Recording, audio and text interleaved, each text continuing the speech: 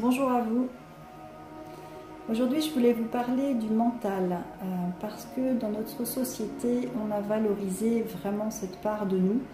Je rappelle, dans ma vision des choses, en fait, notre corps est divisé en deux. La partie gauche, donc côté rate, gère tout ce qui est humain, humanité, et la partie droite, tout ce qui est divin. Nous sommes à la fois humains et à la fois divins. Et donc la rate, qui est le siège de la pensée, on a beaucoup plus mis en avant cette partie-là de l'être humain, on a même mis en avant que cette partie-là et dévalorisé beaucoup sa part divine, tout ce qui était don médiumnique, etc. On en a fait depuis bien longtemps comme quelque chose de ridicule même, hein, un peu ridiculisé ce côté-là, alors qu'en fait c'est notre plus belle partie, je dirais, c'est la part de Dieu que nous avons en chacun.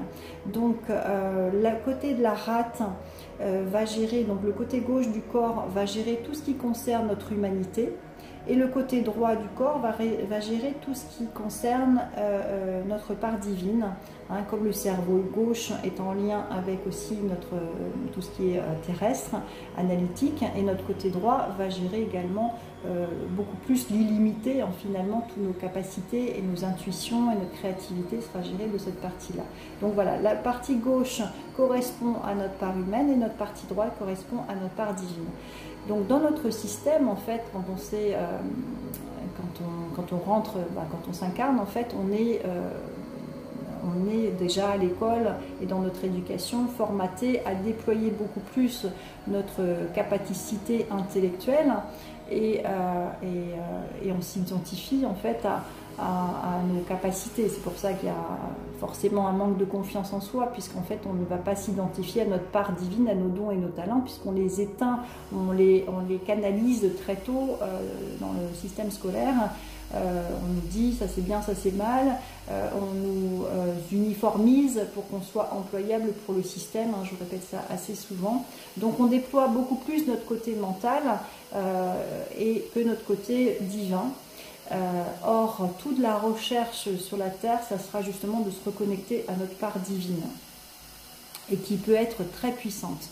C'est un peu comme dans mon cas aussi, dans mon histoire, je me suis identifiée qu'à ma part humaine, donc à mes capacités à réussir au niveau scolaire, sauf que moi j'ai commencé à aimer l'école véritablement, je n'étais pas ni bonne ni mauvaise, mais bon, je me suis beaucoup ennuyée sur les bancs scolaires, les bancs d'école, et j'ai commencé à aimer l'école à partir de la philo, hein, donc en terminale, et enfin je commençais à avoir des cours qui parlaient en fait du sens de la vie, voilà, ce qui moi me nourrissait beaucoup plus que de faire des calculs ou des géométries. Enfin, on m'aurait parlé de géométrie sacrée dans mes cours de maths, j'aurais beaucoup plus aimé, ou de numérologie, j'aurais certainement plus aimé les cours de maths. Donc pour revenir à notre mental, donc voilà, dans notre système, on a beaucoup plus fait travailler notre mental, et on s'est même identifié à son meilleur pote qui est l'ego. Hein, l'ego, c'est le grand frère de l'enfant blessé, donc qui réagit en fonction de ses blessures. Le mental, en fait, pour le reconnaître, il est connecté aux peurs. Il maintient dans la zone de confort, même si c'est pas confortable, il maintient dans le fonctionnement dont on a l'habitude, et il maintient dans le fonctionnement en lien avec le passé. Voilà, tout ça, c'est le mental. Sauf que, donc du coup, c'est pour ça qu'on ne va pas oser faire des choses que pourtant on a envie, on ne va pas oser le faire parce que ça sort du cadre. Hein. Moi, en fait, quand je me connecte à la personne qui est vraiment dans le mental, je vois comme un carré. Voilà, un carré dans le chakra-gorge, un carré dans le fonctionnement, un carré dans le plexus aussi, donc plexus limité, qui peut engendrer d'ailleurs des remontées gastriques. Hein. Ça, c'est en lien avec des peurs de se déployer, de montrer son soleil, son rayonnement. Donc voilà, tout ça, tout le chemin de la vie, ça va être au contraire de reconnaître cette part divine et de l'offrir aux autres. Donc ça, c'était important parce que le mental, en fait, c'est vraiment ce qui empêche d'être heureux. C'est ce qui empêche d'oser se révéler. Et le but de l'incarnation, c'est quand même de révéler la part divine que nous avons en chacun. Donc de guérir nos blessures, hein, de ne pas rester dans l'ego qui va se dire, ben voilà, je vais réagir, j'ai déjà vécu ça dans le passé, donc hors de question, je ne vais plus donner ma main maintenant dans l'humanité, je ne vais plus faire ça, je vais rester dans mes blessures, donc dans notre ego, donc je ne peux pas donner ma plus belle version de moi-même, je ne peux pas donner ce que j'ai guéri puisque j'ai encore mes blessures, je suis encore centrée sur mes blessures. Voilà, donc je voulais parler de ce mental-là et aussi le foie, comme je disais tout à l'heure, le foie c'est le côté droit du corps, donc c'est aussi la foi, en fait on devrait dire plutôt la foi. La foi c'est notre part divine, donc pour ça quand on se relie non pas à notre mental, quand on se relie à notre foi, donc au-dessus de nous, dans notre version spirituelle finalement, et là on est illimité, là on va pouvoir manifester ce qui nous rend heureux, là on va pouvoir offrir au monde ce que Dieu attend de nous.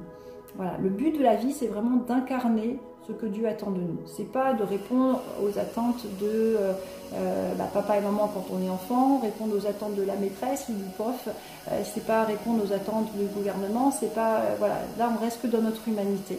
Hein. Donc c'est important de distinguer et de laisser autant de place, le mental il a sa place bien sûr pour gérer dans la matière, mais de laisser autant de place finalement à cette part divine, donc en faisant des choses qu'on aime, puisqu'il est connecté au cœur, à ce qu'on aime faire, ça nous rend heureux.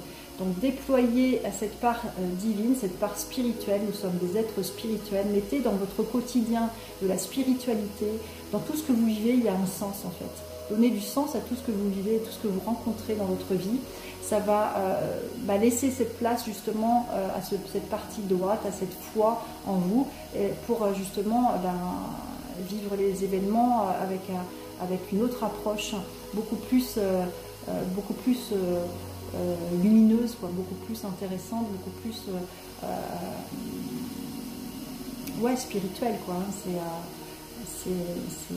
La vie elle est magique en fait, c'est pas juste boulot, métro, dodo et puis rester dans son carcan, voilà.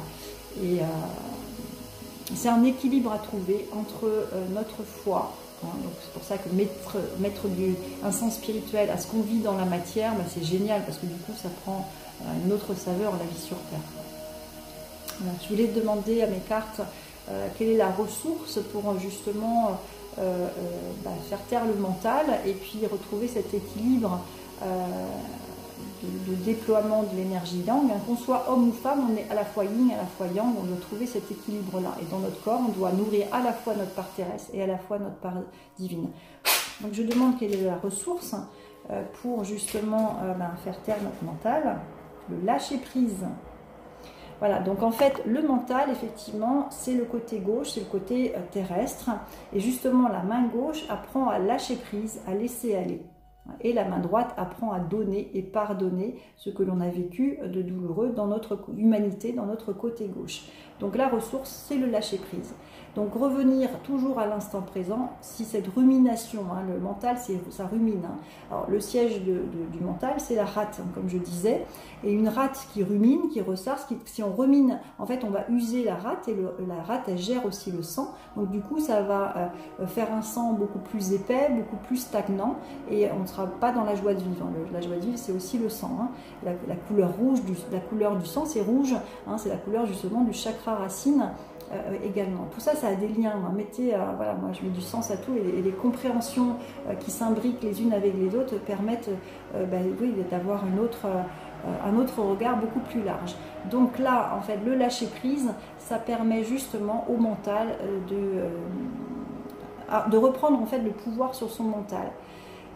C'est-à-dire je nourris pas cette pensée-là parce que ça me tire vers le bas, je reprends mon pouvoir, c'est pas le mental qui doit me gouverner, c'est ma présence, je suis, c'est moi, c'est mon cœur, je suis là, donc je décide de lâcher prise par rapport à ce qui me tire vers le bas, je décide de ne pas nourrir cette pensée-là, de ne pas user ma rate justement. Alors, des fois je vois des rates symboliquement qui sont comme des intérieurs d'horloge, avec beaucoup de mécanismes, et plus il y a de mécanismes, plus la rate elle cogite. Alors, il faut savoir aussi que quand on nourrit beaucoup les pensées, quand on use beaucoup notre rate, on aura tendance à manger sucré, parce que c'est la saveur de la rate en médecine chinoise. Donc manger sucré, ça va induire, je monte du sucre, puis après on va rentrer dans le cercle vicieux, je vais cogiter beaucoup plus, donc du coup je vais encore avoir en plus envie de manger du sucre, donc voilà, c'est un cercle vicieux. Bon. Donc le lâcher prise, c'est vraiment la ressource pour justement ne pas nourrir ce mental et passer à autre chose et revenir dans l'instant présent et d'en revenir dans le cœur. Qu'est-ce que j'ai envie de faire là pour le moment? Je n'ai pas envie de nourrir cette pensée-là, je vais regagner mon cœur et faire quelque chose qui me rend heureuse. Voilà. Donc le lâcher prise, c'est la ressource pour le mental. Pour lâcher le mental. Et pour terminer, en fait, souvent je partage cette vision-là que j'ai de notre fonctionnement. C'est un bateau, on est comme un bateau. Il faut savoir qui est-ce qu'on met à la barre du bateau. À droite de ce bateau, il y a un grand ciel bleu, un soleil, une mer calme. Et à gauche du bateau, il y a une mer démontée, gros orage, des éclairs, etc. Si on met le mental à la barre de notre bateau, il va filer tout droit, parce qu'il va rester dans sa zone de confort, en focalisant sur ses peurs de tomber dans la mer démontée. Voilà. Donc ça va créer de l'hypertension, ça va maintenir dans les peurs, dans la dépression, dans la vie est dangereuse, etc. Des croyances limitantes comme ça. Alors que la vie est super à côté, il le sait très bien, sauf j'ai pas le temps, je suis en danger, là, etc. Mais vous voyez bien que quand on porte notre attention sur ce qu'on veut pas, on risque justement, parce qu'un instant d'inattention va faire qu'il va forcément être orienté vers ses peurs et va engendrer ce qu'il veut surtout pas vivre. Alors que quand tous les jours on prend à la barre, on met à la barre notre cœur et que tous les jours on se dit non mais moi c'est la lumière, moi c'est la joie de vivre, moi je veux la mer calme, je veux de la sérénité dans ma vie, donc je vais porter mon attention là-dessus et donc je vais focaliser sur ce que je veux créer dans ma réalité. Et donc voilà, ça je ne nourris pas ça, je lâche prise, je vais aller vers ce qui me rend heureuse et donc du coup je profite de la vie parce que c'est nous qui sommes les maîtres à bord. Voilà, j'espère que ces explications sur le mental vous permettent de nourrir, de retrouver cet équilibre-là entre le côté mental terrestre et le côté divin que nous avons, que nous ne pouvons pas rejeter, même si la société l'a rejeté depuis des lustres. Il nous faut aujourd'hui le déployer davantage. C'est l'explication aussi de ce que nous vivons dans le collectif, ce déséquilibre yin-yang. Trouvez-le en vous déjà, pour justement que ce soit manifesté après dans le collectif. Je vous remercie beaucoup. Si vous voulez me suivre donc sur ma chaîne YouTube, n'hésitez pas à liker cette vidéo et à la partager et à vous abonner. Je suis donc Nathalie Foubert, thérapeute énergéticienne et médium sur Béziers et aussi à distance. Je vous laisse mon site internet pour finaliser cette vidéo. Merci bien à vous.